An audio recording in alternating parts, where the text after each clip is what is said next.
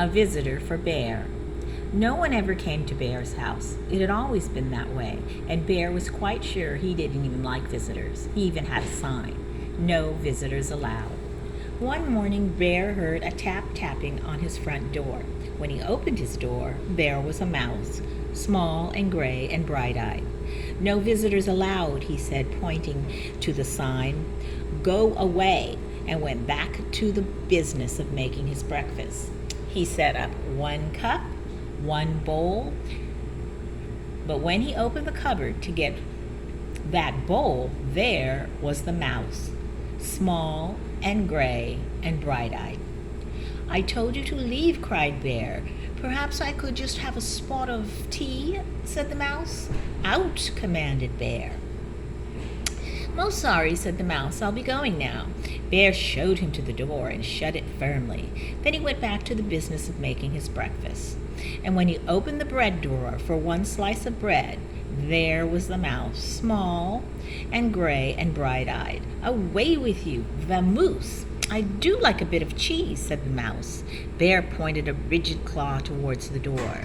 "Yes, then, here I go," said the mouse. "Farewell," and whisked out the door. This time Bear shut the door very firmly and locked it tight.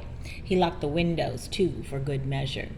Once again he went back to the business of making his breakfast, but when he opened the fridge to get 1 egg, there was the mouse, small and gray and bright-eyed, of course. "Be gone," roared the bear. "A crackling fire," ventured the mouse. "This is impossible, impossible, insufferable," cried Bear, in anger and disbelief. "Terribly sorry," murmured the mouse.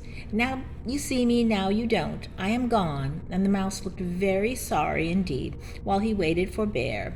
Bear unbolted the door and let him out again. The bear shut the door very firmly, locked it, boarded the windows, and bolted the windows shut, closed up the chimney, and even plugged up the tub.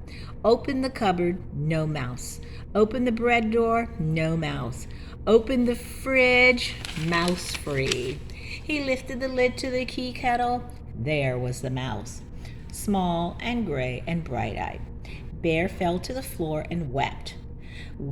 "I give up. You win. I am undone." "So sorry," said the mouse, "but perhaps if I could just have a bit of cheese and a cup of tea, and if you could unstopper the chimney and have a nice fire." Bear blew his nose with a loud honk. "But then you must go," he sniffled. "No visitors allowed." "You have my word," said the mouse. Bear unshuttered and unboarded the windows, unlocked the doors, unstoppered the chimney, and unplugged the drain. He brought out 2 plates of cheese, 2 teacups, and he made a crackling fire for 2 sets of toes. The mouse warmed his feet and nibbled and sipped, and Bear did too. They sat for a long while the clock in Bear's house ticked loudly. Bear cleared his throat. The mouse looked most attentive.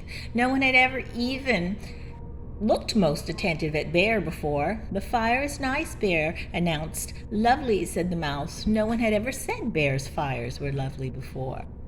The mouse looked most attentive. No one had ever looked most attentive to Bear. "I can do a headstand," said Bear. "Very impressive," said the mouse. Bear told a joke. The mouse laughed heartily. No one had ever laughed at Bear's jokes before.